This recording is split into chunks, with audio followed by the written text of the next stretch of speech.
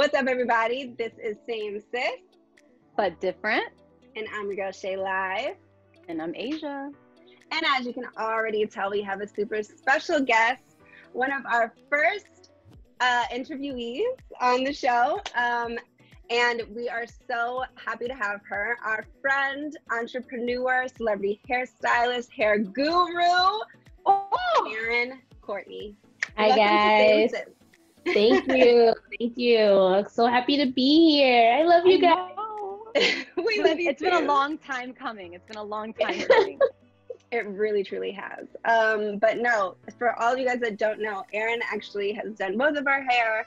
Erinn has, and Asia have known each other for almost a decade now. Is it like almost a decade?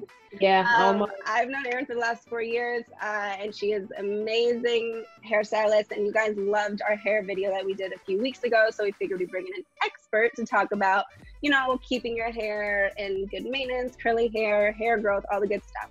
Erinn is the perfect person for this episode, I'm trying to tell you.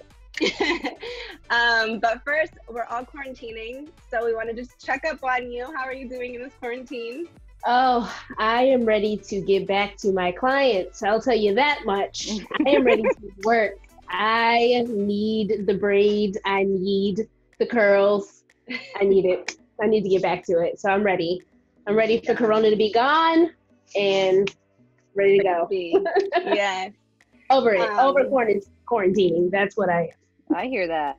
Me too. But before we get into this interview, I do want to do our weekly toast. Again, I have my plastic cup because I'm done with the dishes, not doing them any longer. Erinn, what are you drinking?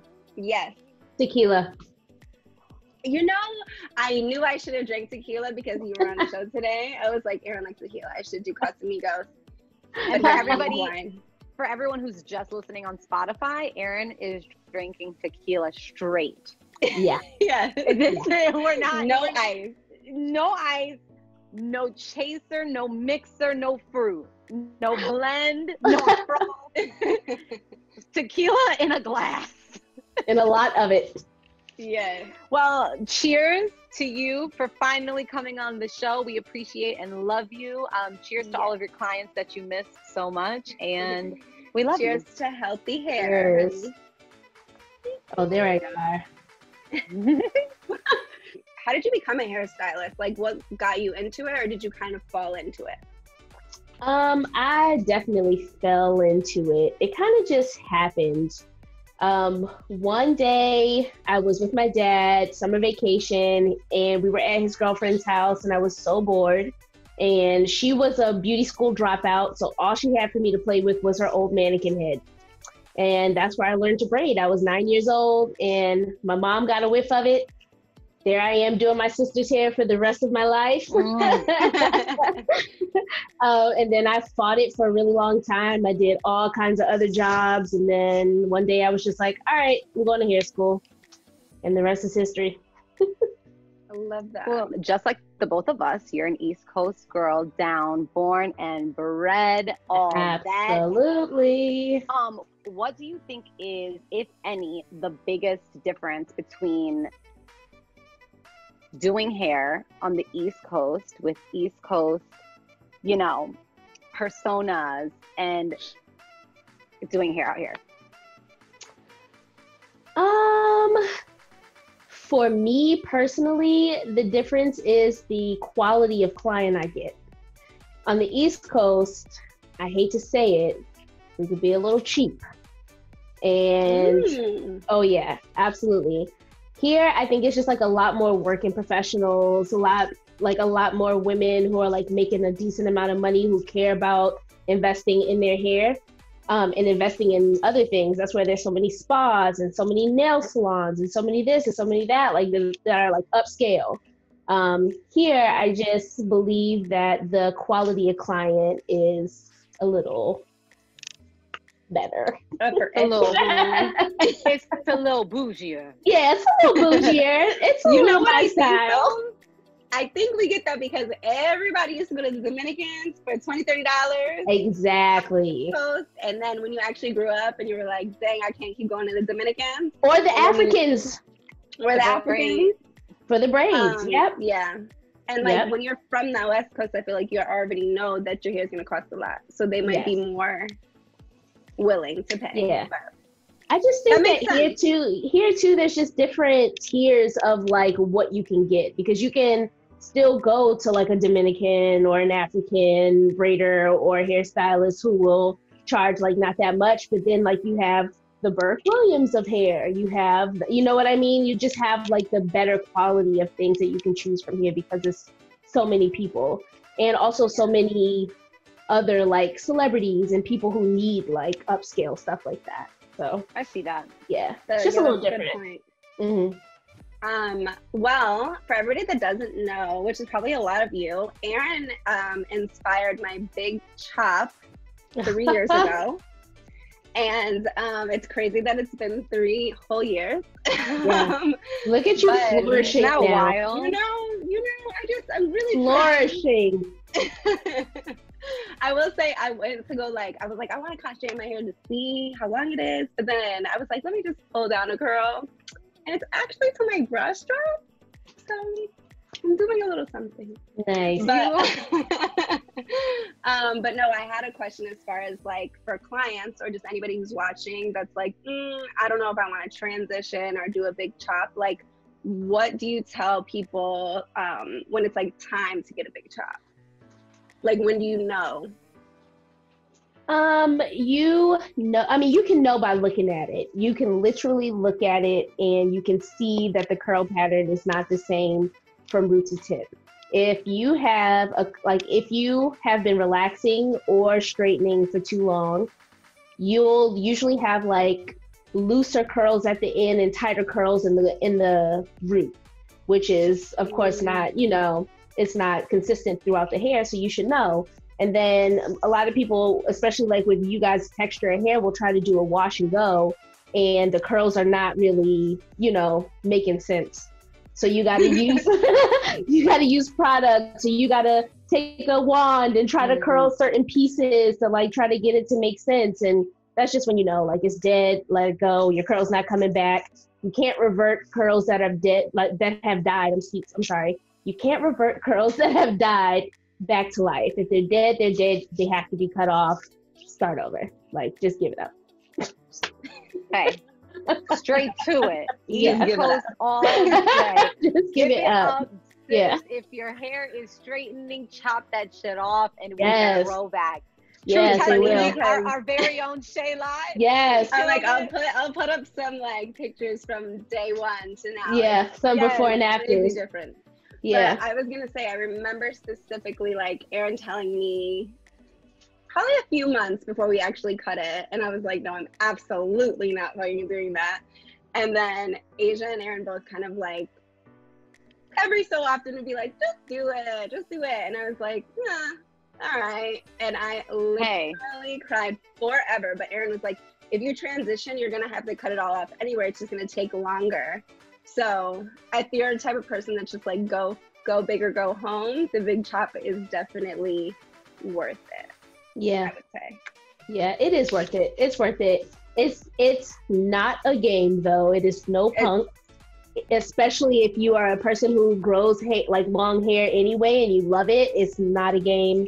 It is a process. It takes some years, but it is worth it in the end. I promise you.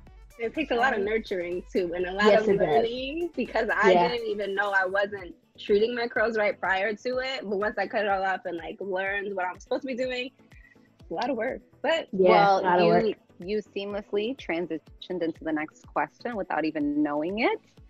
What is to you? How would you tell a client, like with any type of hair curly pattern, what would be like if you had to give us and anyone out there with curly hair a 7-day routine? Like, what should a person with curly hair be doing to keep their hair nurtured, nourished, flourishing, hydrated? Okay, so this is the thing. It's different. It's different for different curls. If you have like, say we're gonna go with your types. If you have like type 2B hair, which is like a wavy pattern, you know what I mean? You might want to wash your hair actually maybe like 2 3 days, every 2 or 3 days, which within that 7 day. You know what I mean? So you might be washing your hair twice a week. And you're washing with like shampoo and conditioner. Yeah, or you might be washing shampoo, conditioner, like a cleansing shampoo, moisturizing shampoo, and then a conditioner on wash day. And then come the 3rd or 4th day, if you have this like wavier curl pattern, you could just be co-washing on that 3rd or 4th day to revive your curls, because just your scalp will automatically create oil for your hair. For that kind of curl, that'll weigh the hair down and make it look stringy. So that kind of person might want to co-wash like within the 3rd or 4th day. For you guys' kind of curls, I think you could probably go about a week. So you would maybe want to wash on wash day, and then on the 6th or 7th day co-wash. You know what I mean? Something like that. And within that, so let's say on our wash day, we wash with, do you suggest it would be like a cleansing trio of products, or just? Oh yeah, so for wash day, I strongly suggest a cleansing shampoo. I personally love Lemon Fluff. It's super old school. You can get it from your neighborhood hair store. I don't even think they have it at like Stylists or anything like that. Lemon Fluff, yes, Lemon Fluff is the one for cleansing. It literally will strip your energy. It'll strip everything. It'll strip the sunlight out of your hair. It's incredible. So because you want to get everything that you put in your hair. If you use like a leave-in conditioner, if you put oil in your hair throughout the week, if you've spritzed it with whatever, you want to get all of that out. You want to then re-moisturize your hair with a moisture shampoo, and then use a conditioner after that. And then a little oil on your ends to seal the moisture in after you get out. And then, your favorite curl products or whatever you decide to use for your particular curl pattern. Okay. Yeah. I love that. I literally called Erinn a year ago, and she gave me like the cleansing shampoo, the moisturizing shampoo, and the conditioner, and I have not re-upped with, like, it's been a year. Yeah. And I haven't re-upped because I only use it for the once a week. Yeah. Yep. I really love that. And those products are so potent that you don't need a lot. So yeah. And it's crazy. Like, I remember my mom when she used to wash my hair, she would like go ham, and she'd be like, "Do you hear that?" And it would be like, like they're squeaky. Yeah. she's like, that is clean hair. So yes. But like the Lemon Fluff, like you have me doing the Sebastian drench. Yes. Yeah. The drench. And that, I'm like, yo, my hair is so clean. I love it. And moisturized. And so moisturized. Yeah. What we were talking about on our last, well, not our last episode, but our last hair episode was growth, because obviously Shayna did her big chop, and I'm just trying to grow my hair in general. What are some suggestions that you have, or hell, we'll take facts that you have for hair growth? Like, what do we need to be doing? If there's anything that we need to be eating or taking, what is like the key to hair growth? The key to hair growth that most people do not like to hear. Oh, you already know. Oh my gosh. Is trims. Get your trims. Trim your hair often. How often is often though? Like, especially if you wear your hair out like you guys do in your wash and goes, 6 weeks. Every 6 weeks, you need to be dusting, at least dusting. And if you keep it at dusting, you don't have to cut off inches. An inch, you know what I mean? Just dust it, keep it clean, make sure, because the problem is, the reason why people don't see a lot of growth is because when you get split ends, especially when you have curly hair, you just can't help to get split ends. It's just what happens. Your ends are literally splitting from the end up. So your hair is growing down, but your ends are splitting up. So you never get to see that hair growth. You never get to see the actual part that's coming down. So you have to trim off those dusty pieces that are hindering your growth. keeping your hair clean, drinking a lot of water, making sure that you add oil to your hair so that you can maintain the moisture that's already in it. Oil is not a moisturizer. Water is the moisturizer. Oil is the sealant for the moisturizer. So question on the oil. Yeah. I have trouble with oil because oil really weighs my hair down. So I cannot use it at all if I'm going to use any type of styling product or want to just like wash and go and put any oil. I can put oil on my ends to seal the ends. That's all you need to do.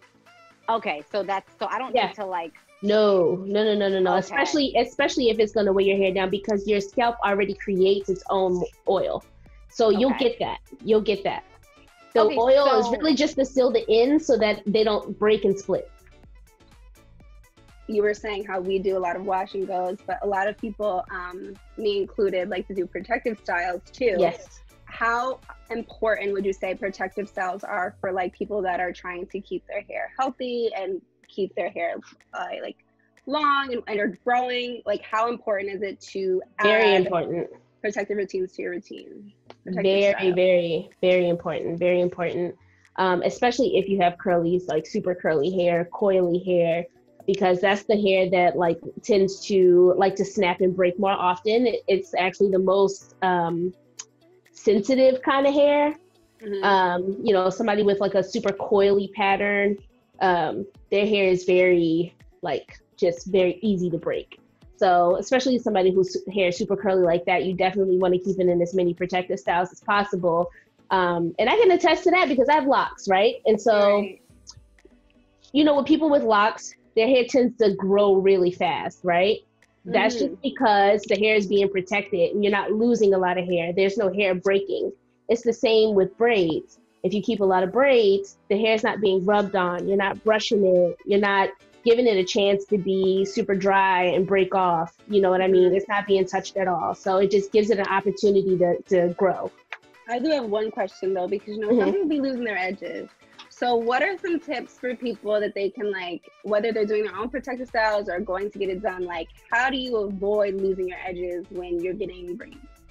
One, I would say find somebody who doesn't braid crazy tight. That's going to be one. The pressure that your braider you put on yourself if you're doing your own hair, the pressure that they use is going to be really important. Find somebody who knows how to make it secure, but not super tight.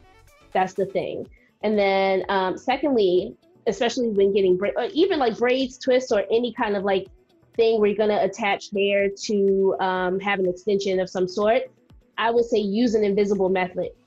They call it knotless now, but use an invisible method, which is basically the hair not looping around all of your hair and hanging on. If you braid the hair into the hair, if you braid the hair into the hair, you know what I mean? And then it has a chance to like grow out with it instead of holding on to it and weighing it down. So that can be, something to secure your edges too. And what is like your suggested protective style for someone who's like, girl, I'm just trying to like secure my hair? Protective style you could give to somebody who just wants like, I want to give my hair a break for a second. I would say braids. Braids are the easiest thing because the silhouette of long braids just mimics having a weave, mimics straightening your hair. You're saying like individuals, like individual braids, yes. Individual braids, yeah. Something like that. It's just the easiest thing. Like if you're used to wearing your hair in a ponytail, you can still throw those in a ponytail, in a bun, wear it down. The silhouette of that is just really easy to manipulate, for whoever is used to, How long do you leave in individual braids or faux locks or whatever? Me and my friends like use protective styles a lot, and I personally am ready to take them out around 3-4 weeks. But I know some people more so do like 6 to 8 weeks. Like, is there a preferred amount of time? I think it depends on your hair texture, to be honest with you. I think it depends on your hair type, to be honest with you. Somebody with a more coily pattern can probably keep their braids in a little longer than somebody with a looser curl because their hair will start to like pop out and get fuzzy faster. But I say overall, if you wanted to keep your braids for like 8 weeks, if that was your goal, I would say maybe get to the 4th or 5th week and get a touch up around your hairline for individual braids, and then you can rock them another like 2 or 3 weeks to get to that 8-week point. Nice. Okay, so I pulled some pictures from your Instagram, which, by the way, I'm gonna put right here for you guys to follow. Scissor hands. But no, I pulled a couple pictures, and I want to ask you, give us some insight on what's happening in the picture, how the style came about, et cetera, et cetera. Okay. So first we have Karrueche Tran with some long blonde cornrows, straight backs, but they look amazing. Thank you. How did she come to you with the style? Did you inspire the style? Like, how did this come about? She actually came to me with a picture of some braids that Beyonce had and wanted me to do my take on them.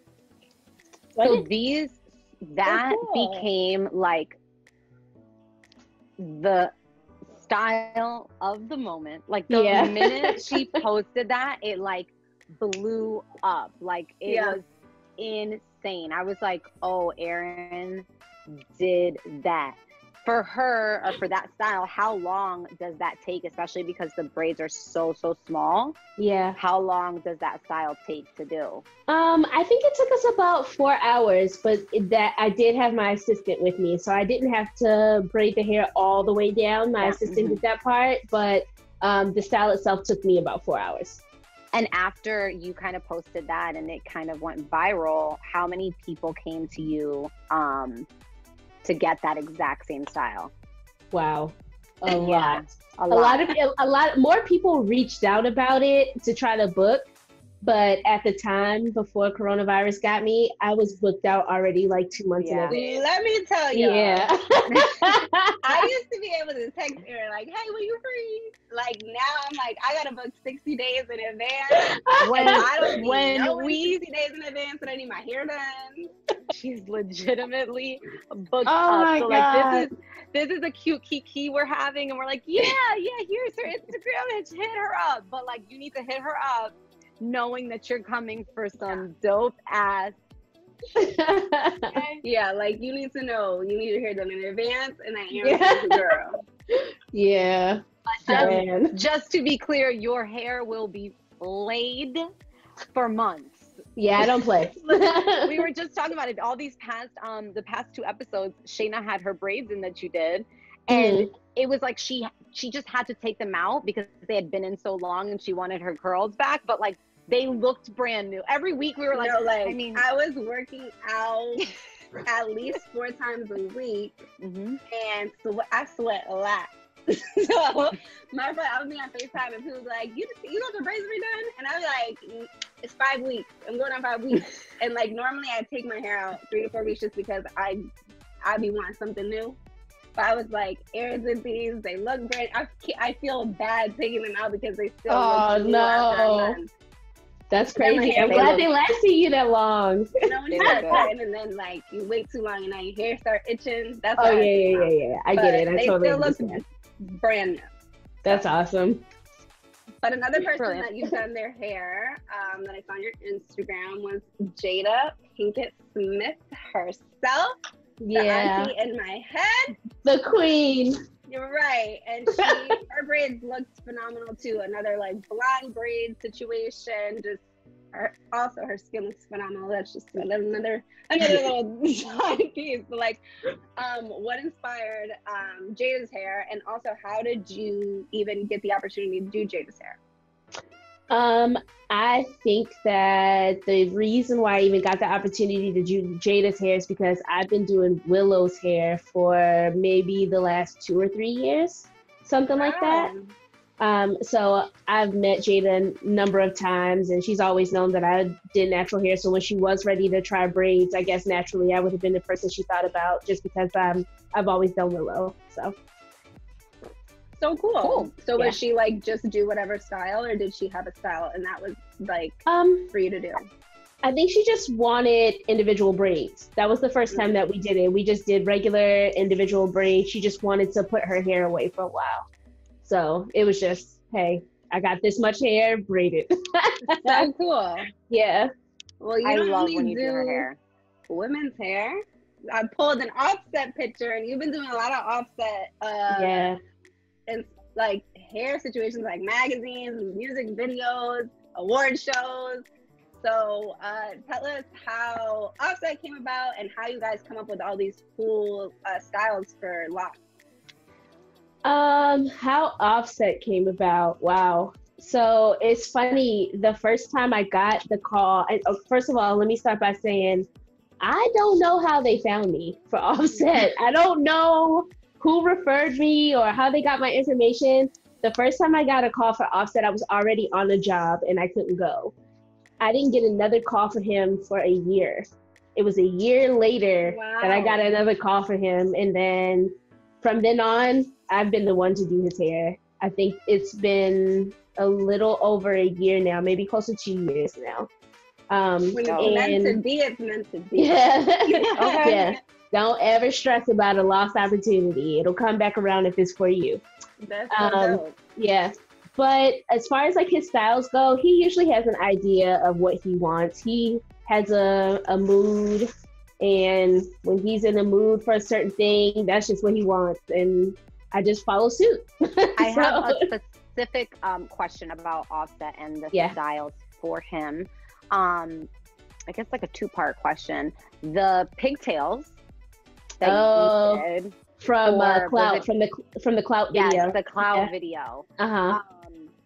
Was that, whose decision was that? And part two, when you're doing hair that's not just for every, day to day for the client, and you're doing it for a production, magazine, TV, film, et cetera, how is it kind of having to create something off of someone else's vision? So as far as the Clout video goes, he actually gave me an idea of what he wanted. All he said was he wanted to wear his hair up somehow, and he wanted it to be creative. So I started doing some research, and I came up with a few pictures of Basquiat.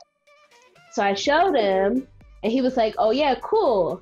So then when it was time to actually do the style, my attempt at Basquiat more so turned to like Busta Rhymes. Which was cool though, because it actually worked out, and I don't know how it worked out so well, because we didn't even see what Cardi was wearing or what she looked like or anything. But after I did the style, I was like, oh, I like this. I actually like this a lot. And then I showed it to him. He liked it. We decided to go for it. And then they got on set, and she looked like Janet Jackson, and he looked like Busta Rhymes from the, what is it? No way. Yeah, from that video that they did together. It just worked. Yeah. gonna make your money. Yeah. So, wow, it just kind of worked out. It just worked out. I don't know how it worked out, but it did. And that was a dope video too. Yeah, it was cool. It was a lot of fun.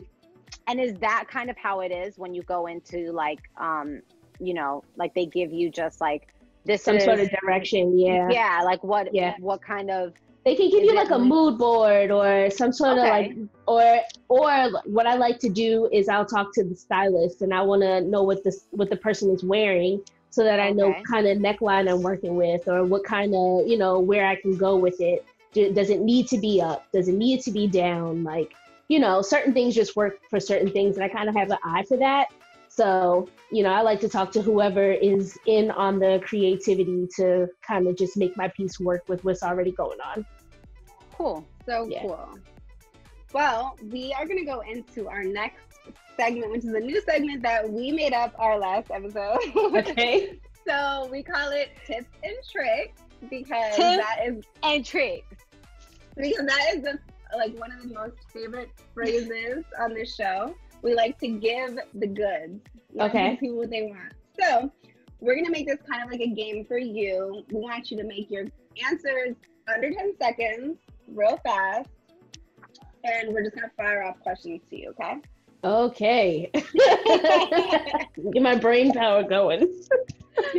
Okay, so first question. Which celebrity do you wish that you could do their hair next? Beyonce. Duh.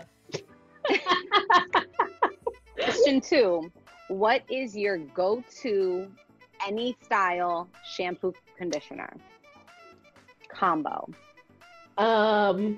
Sebastian Penetrate shampoo and conditioner. Yeah. I have to look that up. Mm-hmm. Okay, which style do you like doing more, locks or braids? Locks. Why? It's faster. Okay. Easier. What is your favorite hair product, hair care brand product? My favorite hair product is the Edge Control by The Roots called Virgin Lacquer. It is the everything. It is the best edge control. I use it for all of my styling, for the most part, braids, locks, whatever. It's my favorite. Do you have a go-to hair mask? I do not. Okay, well now we got you with some homework. Yeah. I'll be back with that answer. I'll piggyback it. Do you have a go-to oil? I used to. They don't make it anymore, so I will not talk about it and tease you with it. I hate when that happens. Yeah, it sucks. It was the best, but I actually plan on making one soon. Exclusive. Yeah. Okay. Do you think it matters to have sulfate, silicone, paraben-free products? I think it only matters if you plan to keep those products in your hair. Like, it's not a shampoo or conditioner that you're going to wash out. I think that if you have sulfates or parabens or all of those things, like in a curl cream or in a leave-in conditioner that you're going to leave in your hair and it's going to be able to eat at your hair, then yes, it matters. If it's in a shampoo and you're going to wash it out, I don't think so. Not so much. Great question, Shay. Great question, Shay. And our last one is our version of Fuck, Marry, Kill, Hair Trend Edition. Okay. And so basically you're going to keep one for yourself, give one to your best friend, and give the other to your worst enemy. Okay. Okay. So the Jersey Shore bump, like Snooki back in the 2000s. Okay. The Fantasia pixie cut. Oh, man. Or the half straight, half crimped Christina Aguilera. Okay. I'm taking the Christina. Okay. I'm doing the crimp. Okay. I'm giving my best friend the Fantasia.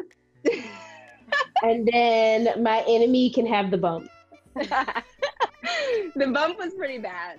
Yeah, that's horrible. The bump was really bad. But I will say, if somebody was to dig up pictures from 2006, they might find me with a bump.